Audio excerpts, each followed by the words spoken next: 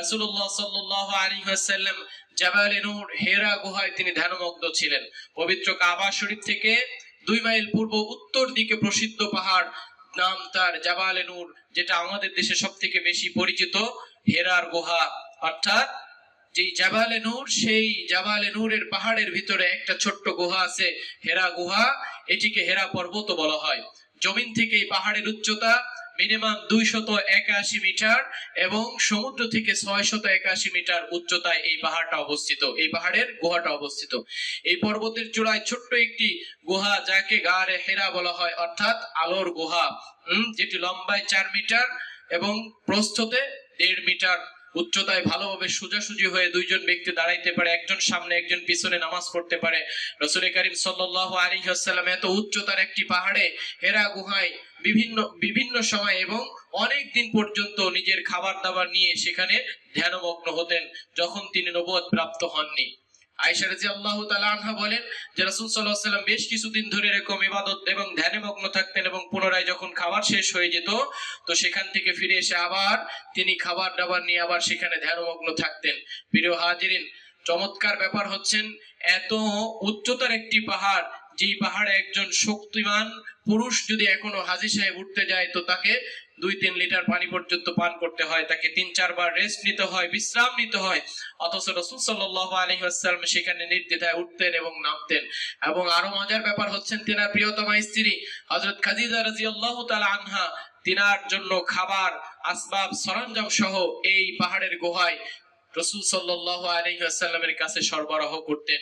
মোহাব্বত, ভালোবাসা কত বেশি থাকলে এত উচ্চতায় নিজের বডি সহ খাবার এবং তার সরঞ্জাম, পোশাকাদি সহ সেই জায়গায় তিনি সেখানে তিনার প্রিয়তমা স্বামীকে সেগুলো সরঞ্জাম পর্যন্ত সরবরাহ করতেন।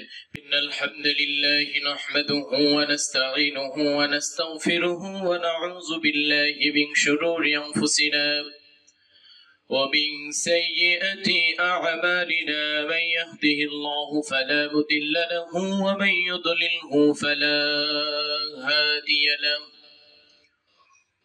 وأشهد أن لا إله إلا الله وحده لا شريك له ونشهد أن سيدنا وسندنا وحبيبنا وحبيب طبيبنا وطبيب مولانا محمدا عبده ورسوله الذي أرسله بالحق بشيرا ونذيرا وداعيا إلى الله بإذنه وسراجا منيرا.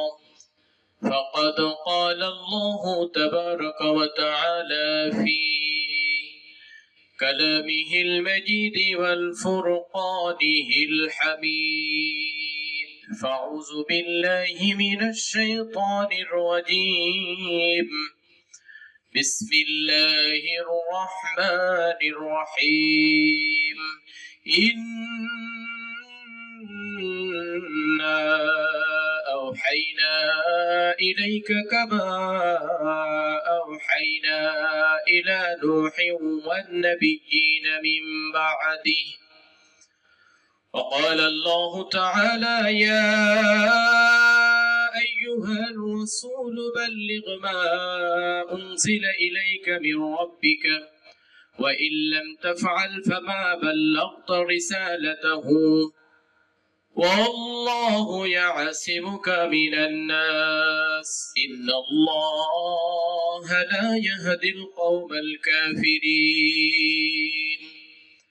وعن عائشة أم المؤمنين أنها قالت أول ما بدأ به رسول الله صلى الله عليه وسلم من الوحي الرؤيا الصالحة في النوم إلى آخر الحديث، أو كما قال رسول الله صلى الله عليه وسلم.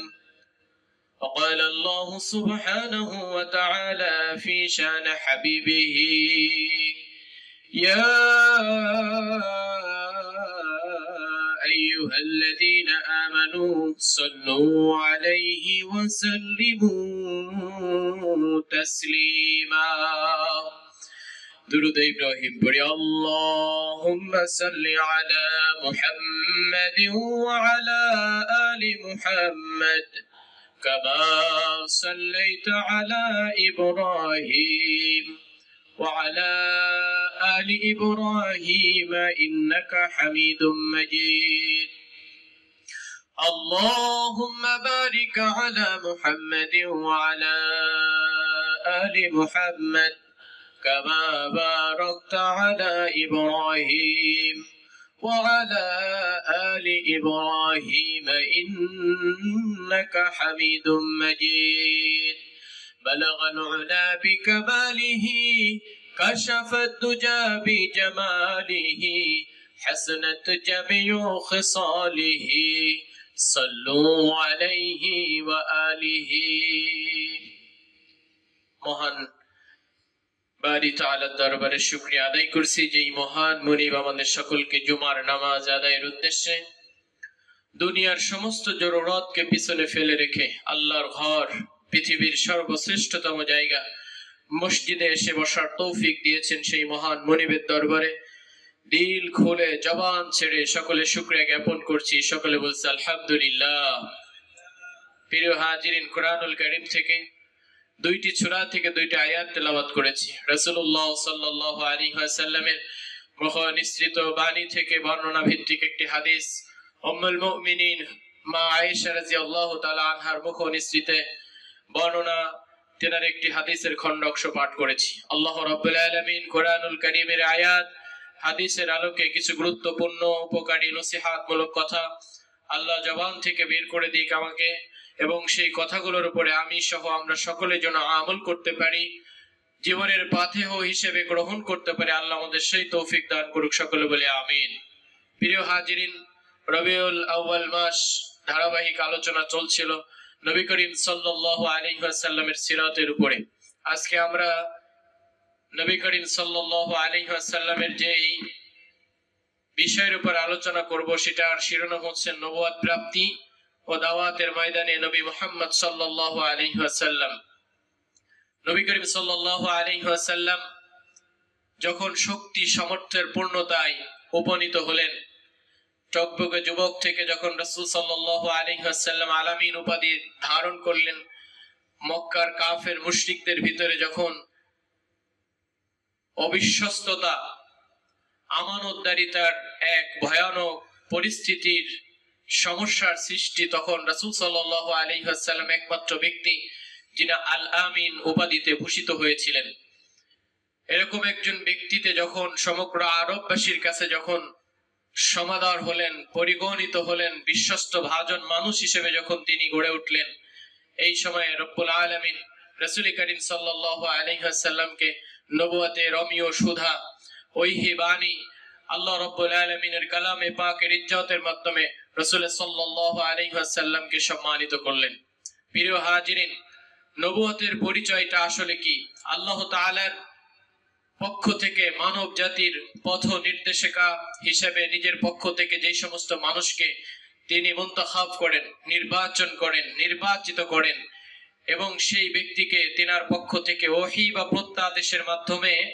যেই ওহী বা কোরআনুল কারীম বা আল্লাহর বাণীর মাধ্যমে সম্মানিত করেন তাকেই আসলে নবুয়ত বলা হয় আর ওহী বাণী বা প্রত্যাদেশ আল্লাহ রাব্বুল আলামিনের আদেশ যেই ব্যক্তির উপরে এসে পড়ে আসে তাকে নবী বলা হয় বা রাসূল বলা হয় এই ওহীর সর্বশেষ মালিক যিনি হয়েছিলেন যিনি পেয়েছিলেন তিনি জনাবে মুহাম্মদুর রাসূলুল্লাহ সাল্লাল্লাহু আলাইহি ওয়াসাল্লাম আদম আলাইহিস সালাতু ওয়াস সালাম থেকে শুরু করে সর্বশেষ নবী হযরত মুহাম্মদ সাল্লাল্লাহু আলাইহি ওয়াসাল্লামের উপরে এই ওহী এসেছিল এরপরে পৃথিবীতে আর কোন ব্যক্তির উপরে আল্লাহ রাব্বুল আলামিনের পক্ষ থেকে আর কোন ওহী আসবে না রাসূলুল্লাহ সাল্লাল্লাহু আলাইহি ওয়াসাল্লাম নিজেই ঘোষণা দিয়েছেন আনা খাতামুন নবিয়্যিন মান লা নাবিয়্যা বা'দি আমি হচ্ছেন সর্বশেষ নবী আমার পরে আর কোন নবী আসবে না প্রিয় হাজিরিন নবী করিম সাল্লাল্লাহু আলাইহি ওয়াসাল্লাম এমন একটা পরিস্থিতিতে এসেছিলেন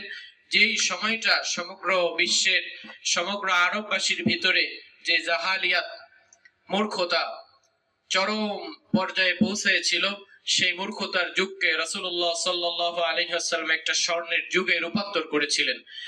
সেই স্বর্ণ যুগ, সেই রাসূলুল্লাহ সাল্লাল্লাহু আলাইহি ওয়াসাল্লামের রেখে যাওয়া মতাদর্শ, রাসূলুল্লাহ সাল্লাল্লাহু আলাইহি ওয়াসাল্লামের রেখে যাওয়া তরিকত, রাসূলুল্লাহ সাল্লাল্লাহু আলাইহি ওয়াসাল্লামের রেখে যাওয়া পথ নির্দেশিকা যদি চালিয়ে নিতে হয়, তাহলে অবশ্যই একটা নির্বাচিত মানুষ বা কওম বা জাতির দরকার। সেটা হচ্ছেন উলামায়ে ইকরাম। আল্লাহ রাসূল সাল্লাল্লাহু আলাইহি ওয়াসাল্লাম বলেছেন, আল উলামা ওয়ারাসাতুল আম্বিয়া, উলামারা হচ্ছেন নবীদের ওয়ারিস।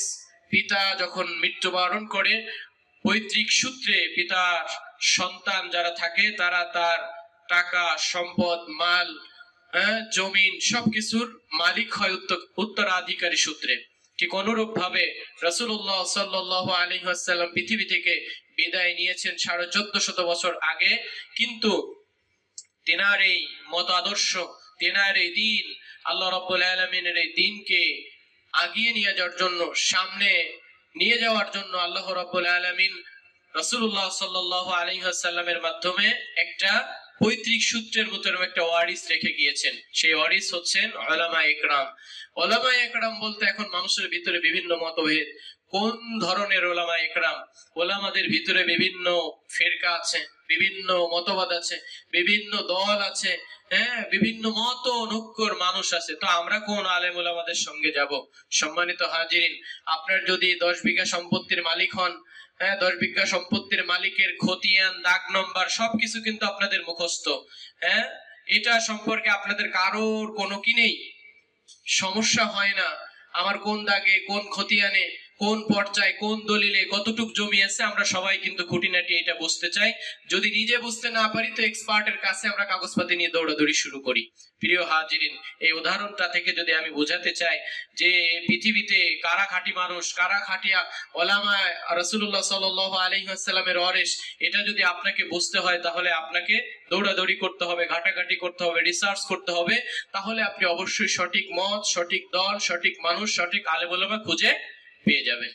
যদি আপনি নিজে নিজে এরকম খালি মানুষের দোষই দিতে গেলেন, আপনারাই খালি দৌড়াদৌড়ি করেন, আপনারাই 36টা মতবাদ, আপনাদের ভিতরেই কোনো একত্বতা নেই, আমরা আসলে কার পিছনে যাব? এই ধরনের কোনো বাজে উক্তি, এই ধরনের কোনো সহজ সরল উক্তি দিয়ে আপনি আল্লাহ রাব্বুল আলামিনের কাছে পার পেতে পারবেন না। প্রিয় হাজিরিন, নবুয়ত যখন আল্লাহ রাব্বুল আলামিন রাসূল করিম সাল্লাল্লাহু আলাইহি ওয়াসাল্লামকে দিতে চাচ্ছিলেন, তার কিছু পূর্ববর্তী দিনগুলোতে রাসূলুল্লাহ সাল্লাল্লাহু আলাইহি ওয়াসাল্লামের কিছু আলামত, চিহ্ন, নিদর্শন রাসূলুল্লাহ সাল্লাল্লাহু আলাইহি ওয়াসাল্লামের ভিতরে পরিলক্ষিত হচ্ছিল।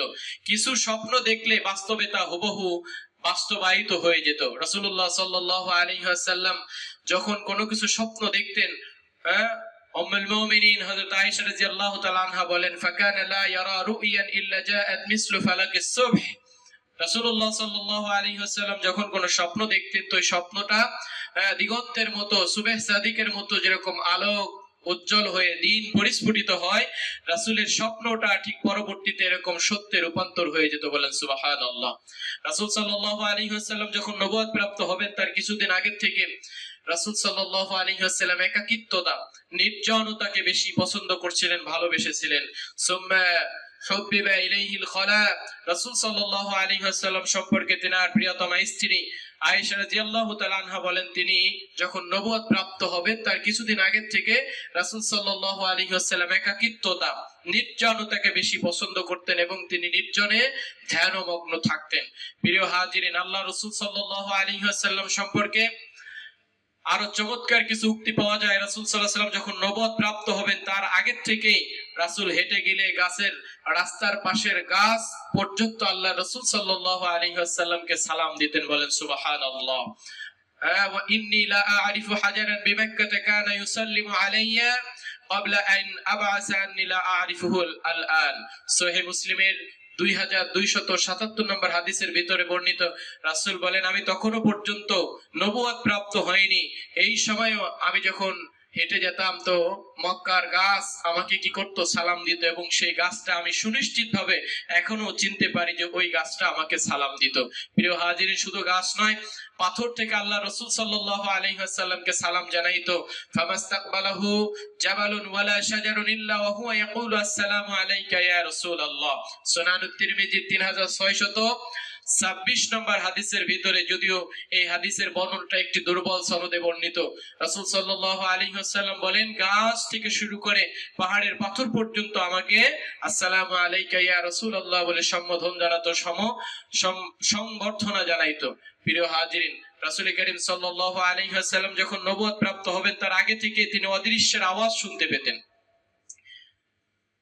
এই কথা যখন তিনার প্রিয়তমা স্ত্রী খাদিজা রাদিয়াল্লাহু তাআলা আনহার কাছে এসে বললেন যে আমার কি পাগলামির কোনো ভাব আমার ভিতরে আছে কিনা, আমি তো এরকম অদৃশ্যের আওয়াজ শুনতে পাই, আমি নিজেকে শঙ্কার ভিতর মনে করি, আমার জীবন শঙ্কার ভিতর আছে কিনা, তার স্ত্রী তাকে সুন্দর সান্ত্বনা দিয়ে বলেন, আপনি আত্মীয়র কি করেন, দেখাশোনা করেন, দারিদ্রকে আপনি সহযোগিতা করেন, আপনার কোনো জীবন শঙ্কার ভিতর পড়তে পারে না, এটা কখনো হতে পারে না।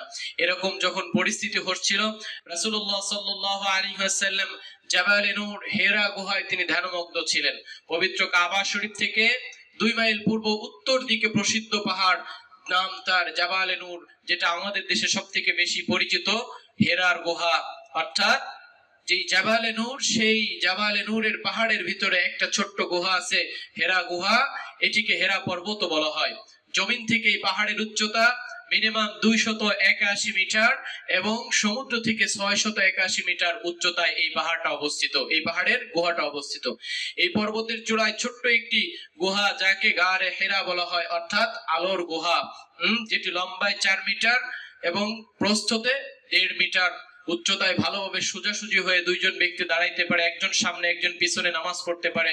রাসূল করিম সাল্লাল্লাহু আলাইহি ওয়াসাল্লাম এত উচ্চতার একটি পাহাড়ে হেরা গুহায় বিভিন্ন সময় এবং অনেক দিন পর্যন্ত নিজের খাবার দাবার নিয়ে সেখানে ধ্যানমগ্ন হতেন, যখন তিনি নবুয়ত প্রাপ্ত হননি।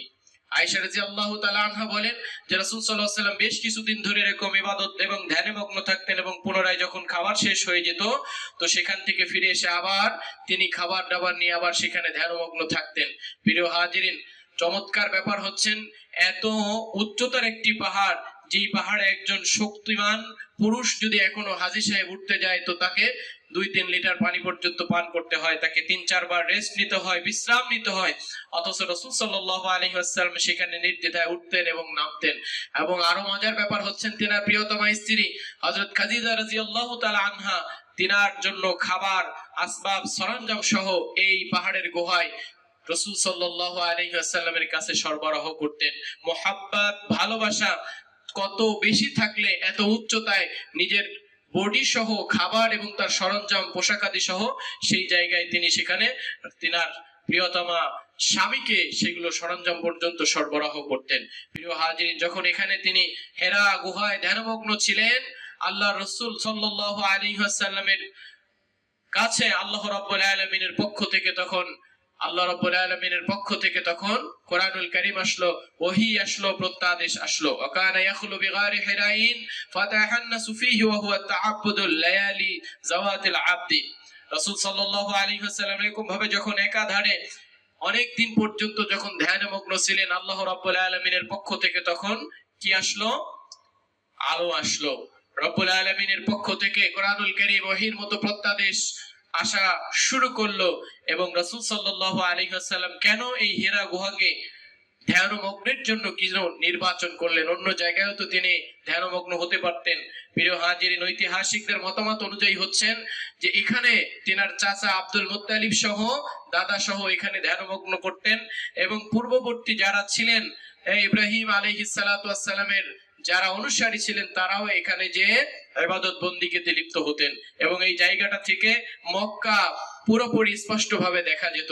এরকম বিশেষ কিছু কারণে রাসূল সাল্লাল্লাহু আলাইহি ওয়াসাল্লাম এই জাবালে নূরের হেরা গুহাটাকে বেছে নিয়েছিলেন ধ্যানমগ্নের জন্য। এবং তিনি কি ধ্যান করতেন সেই সম্পর্কে স্পষ্ট কোনো হাদিস বা বর্ণনা পাওয়া যায় না, তবে এতটুকু পাওয়া যায় যে তিনি যখন নবুয়ত প্রাপ্ত হবেন, মানুষের ভিতরে আল্লাহ দ্রোহী, জাহালাত, মূর্খতা এবং আল্লাহ রাব্বুল আলামিনের নামে যে শিরক, সবথেকে মস্ত বড় গুনাহ, মানুষের ভিতরে যে ব্যাপকভাবে সয়লাব হয়েছিল, মানুষের ভিতর থেকে আল্লাহ বলা মানুষকে আল্লাহর দিকে নিয়ে আসার জন্য, আল্লাহ রাব্বুল আলামিনের সঙ্গে যেই সমস্ত মানুষরা শিরিক করে সেই সমস্ত মানুষকে আল্লাহ রাব্বুল আলামিনের দিকে ধাবিত করার জন্য তিনি বেশি চিন্তায় ছিলেন এবং বেশি বেশি ধ্যানমগ্নে ছিলেন। প্রিয় হাজিরিন, যখন আল্লাহ রাব্বুল আলামিনের পক্ষ থেকে চূড়ান্ত ফয়সালা হয়ে গেল, আল্লাহ রাব্বুল আলামিনের পক্ষ থেকে রাসূলুল্লাহ সাল্লাল্লাহু আলাইহি ওয়াসাল্লামকে নবুয়ত দেওয়া হবে, ওহী প্রত্যাদেশ করা হবে, জিবরিল আমিন হেরার গুহায় তখন হাজির হয়ে গেলেন। প্রিয় হাজিরিন, কবে আসলো, কোন তারিখে আসলো, এইটা নিয়ে বেশ কিছু মতভেদ বা ভিন্ন ভিন্ন মতামত রয়েছে। রাসূলুল্লাহ সাল্লাল্লাহু আলাইহি ওয়াসাল্লামের কাছে সর্বপ্রথম যেই দিন ওহী এসেছিল সেই দিনটা সোমবার, এই ব্যাপারে সকলেই একমত। কিন্তু কি কি তারিখ, হাফেজ ইবনুল আব্দুল বার রাহমাতুল্লাহ আলাইহির মতে দিনটি ছিল রবিউল আউয়াল মাসের 8 তারিখ। যদি এই দিনটা ধরা হয় তাহলে আল্লাহ রাসূল সাল্লাল্লাহু আলাইহি ওয়াসাল্লামের উপরে পূর্ণ 40 বছর বয়সেই প্রথম ওহী এসেছিল। আরো বিখ্যাত একজন ঐতিহাসিক মুহাম্মদ বিন ইসহাক ও আল্লামা ইবনে হাজার আসকালানী রাহিমাহুল্লাহ তাআলার মতে রমজান মাসের 17 তারিখে রাসূলুল্লাহ সাল্লাল্লাহু আলাইহি ওয়াসাল্লামের উপরে প্রথম ওহী অবতীর্ণ হয়েছিল। আরেকটি ঐতিহাসিক মতামত, সেটা হচ্ছে আল্লামা সফিউর রহমান মুবারকপুরী রাহমাতুল্লাহ আলাইহি বলেন যে দলিল বিশ্লেষণ এবং গবেষণা ও পর্যবেক্ষণের পরে তিনি উপনীত হয়েছেন যে প্রথম যে ওহী আল্লাহর রাসূল সাল্লাল্লাহু আলাইহি ওয়াসাল্লামের উপরে অবতীর্ণ হয় সেই দিনটি ছিল রমজান মাসের 21 তারিখ মোতাবেক 10 আগস্টের 610 ঈশাই রোজ সোমবার। তখন তার বয়স ছিল চন্দ্রবর্ষের হিসাব মতে 40 বছর 6 মাস 12 দিন। প্রিয় হাজিরিন, কোন দিন এসেছে এটা মুখ্য বিষয় নয় বা উদ্দেশ্য নয়।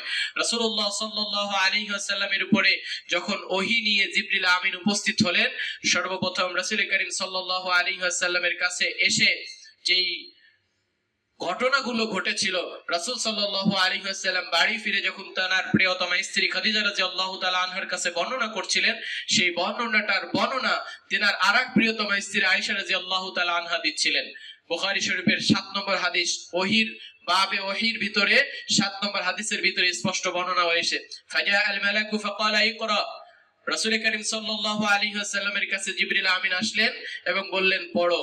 রাসূল সাল্লাল্লাহু আলাইহি ওয়াসাল্লাম বললেন মা আনা বিকারিন, আমি তো পড়তে পারি না, আমি পড়তে অভ্যস্ত না। ক্বালা ফাআখাযানি ফাগাত্তানি, এরপরে রাসূল সাল্লাল্লাহু আলাইহি ওয়াসাল্লামকে জিবরিল আমিন জড়িয়ে ধরলেন, ফাগাত্তানি এবং নিজের বুকের সঙ্গে অনেক জোরে চাপ দিলেন, চেপে ধরলেন।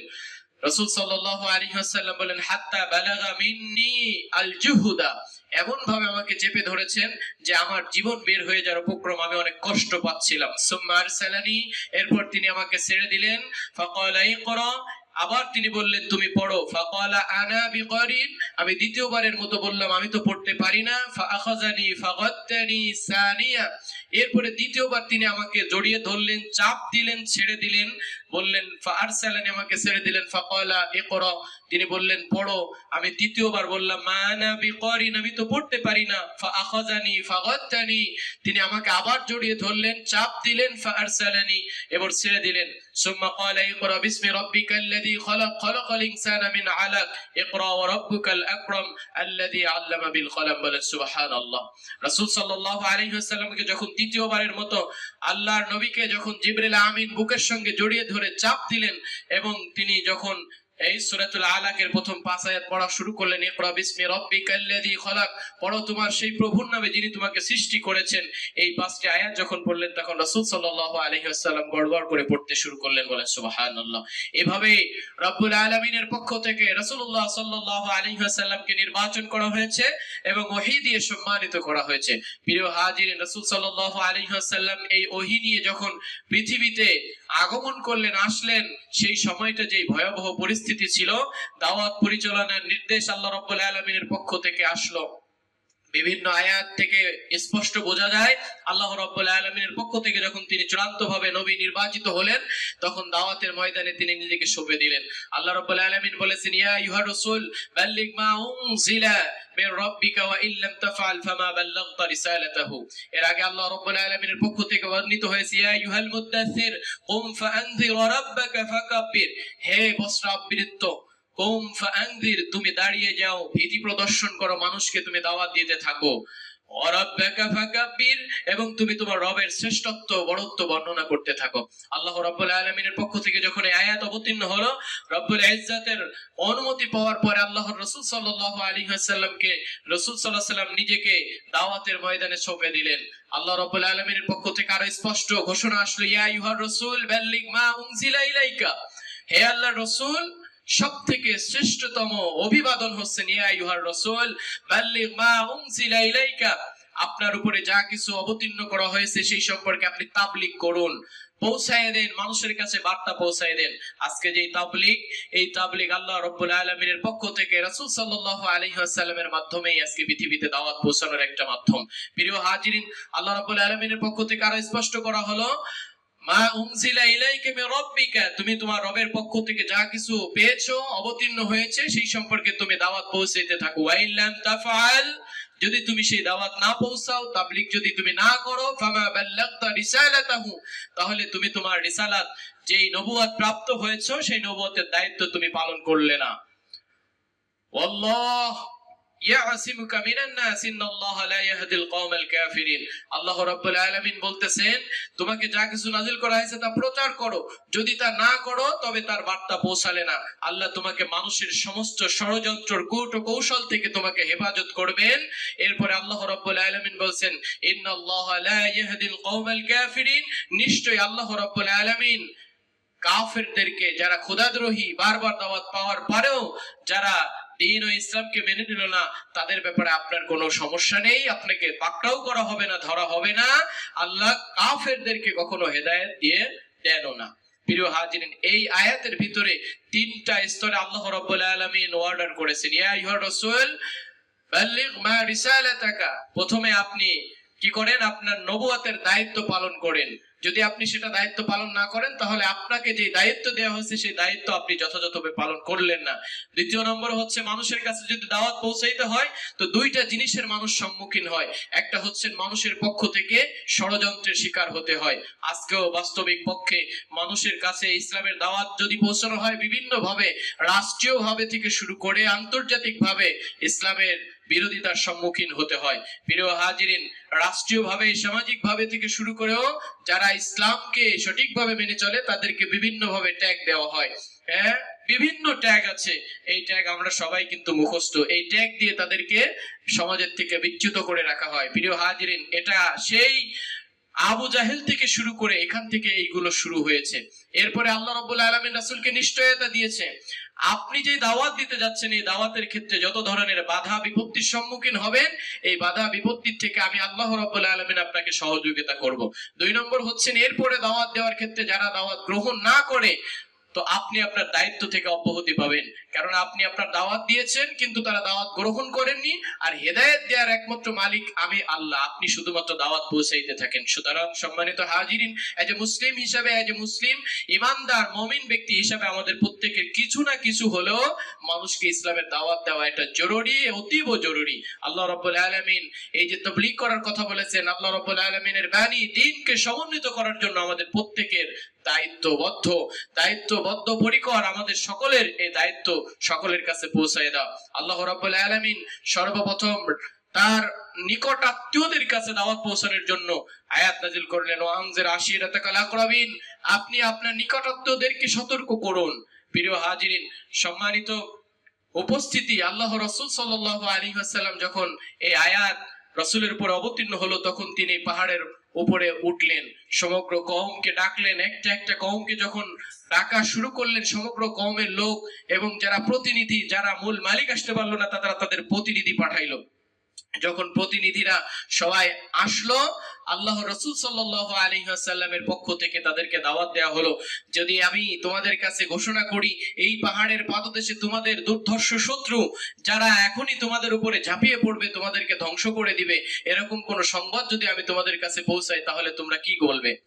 তারা সবাই এক কথায় সমস্বরে উত্তর দিল, অবশ্যই আমরা তোমার কথা বিশ্বাস করব, তুমি সত্য বলো, আমরা তোমাকে কখনো মিথ্যা বলতে দেখিনি, বিগত 40 বছর তুমি আমাদের সঙ্গেই ছিলে, উঠা বসা করেছো, আলামিন উপাধি পেয়েছো, তুমি আমানতের খেয়ানত করো না, মানুষের অন্যায় করো না, সত্যবাদী হিসেবে তুমি পরিচিত, সুতরাং তুমি যদি এই সংবাদ দাও তাহলে আমরা অবশ্যই সেটা সত্য বলে বিশ্বাস করব।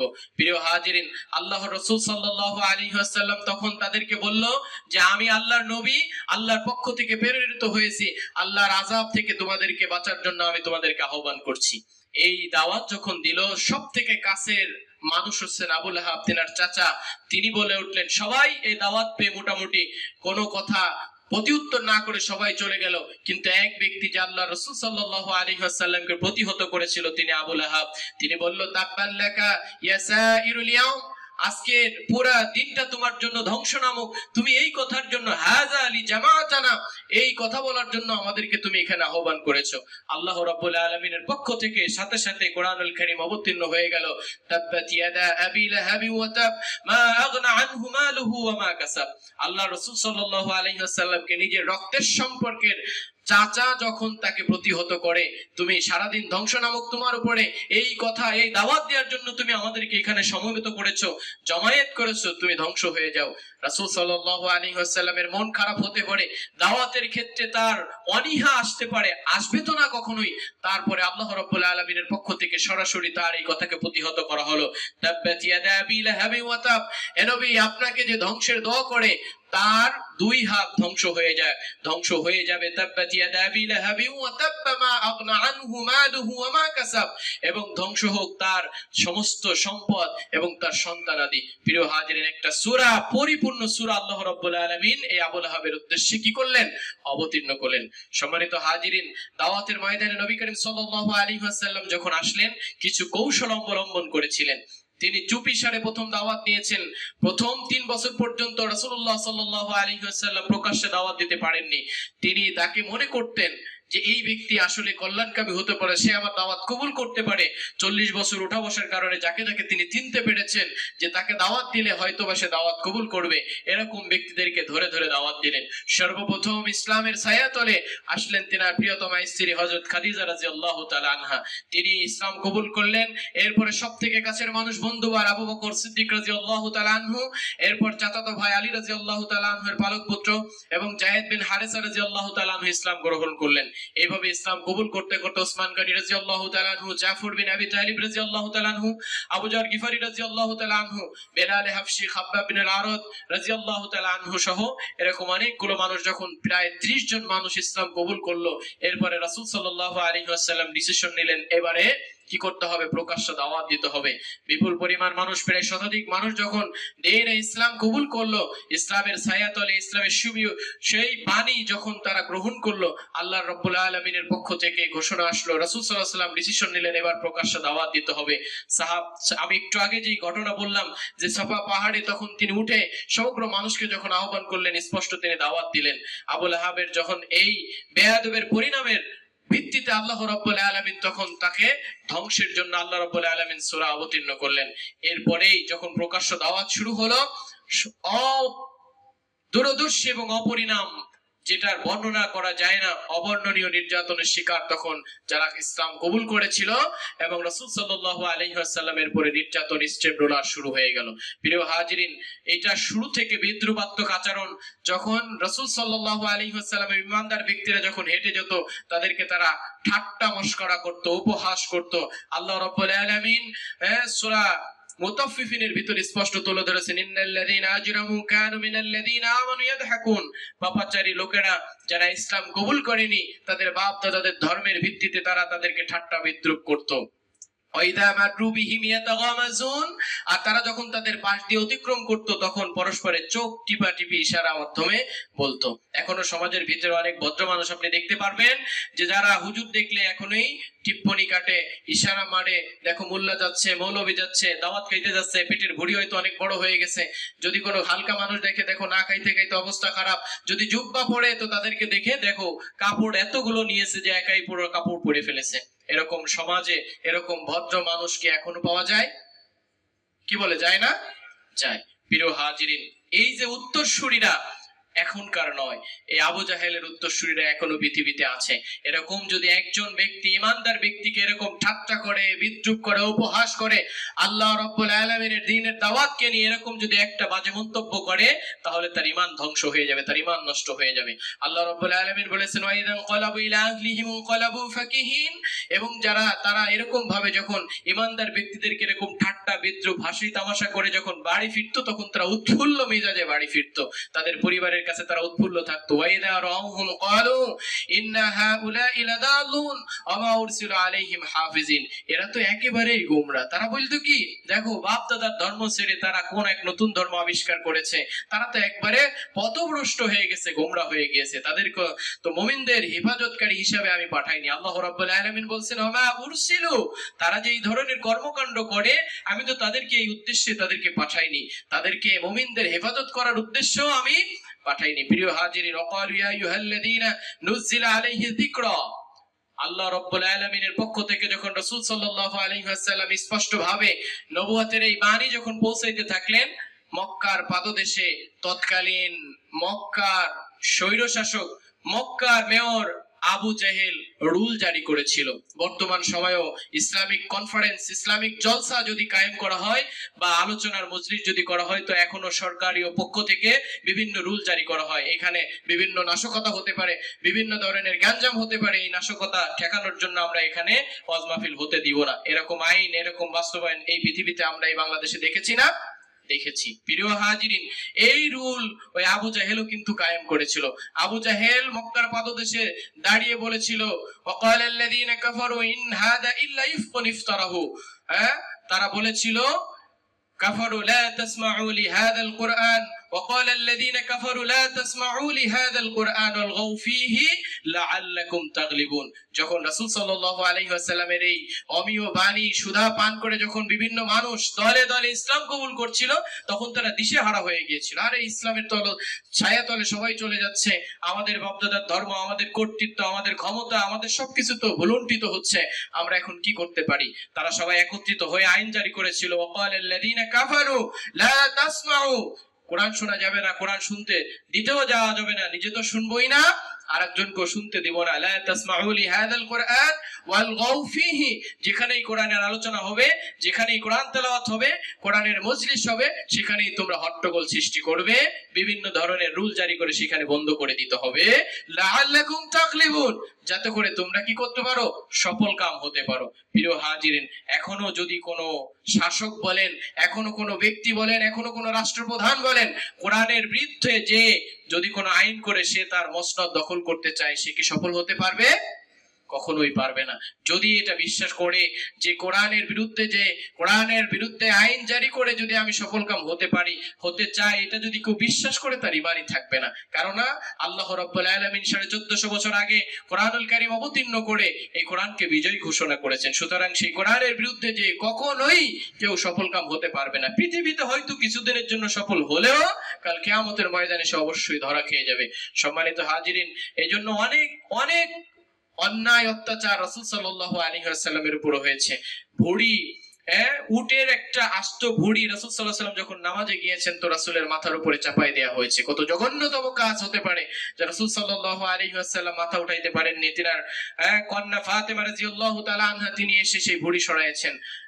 রাসূল সাল্লাল্লাহু আলাইহি ওয়াসাল্লামকে আঘাত করা হয়েছে, মারপিট করা হয়েছে, এক একটা পরিবারকে কি পরিমাণ অত্যাচার করা হয়েছে। খাব্বাব বিন আরাত রাদিয়াল্লাহু তাআলা আনহু ইসলাম কবুল করার কারণে তাকে উত্তপ্ত মরুময় বালুর ভিতরে আগুনের আংনার উপরে তাকে শোয়াই দেওয়া হয়েছে। আগুনের আংরা, জ্বলন্ত আগুনের আংরা তার পিঠের ভিতরে ঢুকে গেছে, রক্ত মাংস গলে গলে সে আংরা নিভে গিয়েছে। বলেন নাউজুবিল্লাহ। সম্মানিত হাজিরিন, এরকম ভাবে যারা ইসলাম কবুল করেছে, ইসলামের পথে ছিল, তাদেরকে এরকম অবর্ণনীয় নির্যাতন করা হয়েছে। প্রিয় হাজিরিনের জন্য আমরা তো একেবারে কত চমৎকার ভাবে ইসলাম পেয়েছি, জন্য ইসলামের কদর আমরা বুঝতে পারি না। সুতরাং রাসূলুল্লাহ সাল্লাল্লাহু আলাইহি ওয়াসাল্লাম যেই ইসলাম আমাদেরকে রেখে গিয়েছে, সেই সঠিক ইসলাম আমাদের সকলকে পৌঁছায় দেওয়া, প্রত্যেকটা মানুষের দ্বারে দ্বারে পৌঁছায় দেওয়া, এটা আমাদের দায়িত্ব। সামনে আমাদের পাশের ভিন্ন ধর্মী ভাইদের একটা উৎসব আসতেছে। এই উৎসব সম্পর্কে আপনাদের কাছে ছোট্ট একটা মেসেজ এইটা, যে অবশ্যই সব থেকে আল্লাহ রাব্বুল আলামিন বলেছেন ইন্না শিরকা লাযুলমুন আযীম, সব থেকে মস্ত বড় গুনাহ হচ্ছে শিরিক। সেখানে শিরিকের মতো উৎসব হবে, এই উৎসবে এজ এ মুসলিম হিসাবে কেউ আমরা পার্টিসিপেট করতে পারি না, কেউ অংশগ্রহণ করতে পারি না। সেটা আপনি যেভাবেই হোক, মৌন ভাবেও আপনি কখনোই তাকে সমর্থন করতে পারেন না। তার উৎসব যত ধরনের সহযোগিতা এইচআর ডিপার্টমেন্ট সেটা করতে পারে, তার উৎসব পালনের জন্য সব ধরনের সহযোগিতা আমাদের কোম্পানির যেই অ্যাডমিন এইচআর ডিপার্টমেন্ট আছে সেগুলো তারা করবে। কিন্তু আপনি কখনোই তার এই অনুষ্ঠানে শারীরিকভাবে, মানসিকভাবে, আর্থিকভাবে কোনোভাবেই সহযোগিতা করতে পারেন না, কেননা সেখানে শিরিক হবে। আল্লাহর নামে যেখানে শিরিক হয় সেখানে গজব আসতে পারে। প্রিয় হাজিরিনের জন্য সকলের কাছে বিনীত অনুরোধ, আমরা যারা আছি ভিতরে বাইরে সকলের কাছে অনুরোধ, এই অনুষ্ঠানে আমরা কখনোই কোনোভাবেই যেন অংশগ্রহণ না করি। রাজি আছি তো ইনশাআল্লাহ? জি, আল্লাহ আমাদের সকলকে তৌফিক দান করে, সকলে বলে আমিন।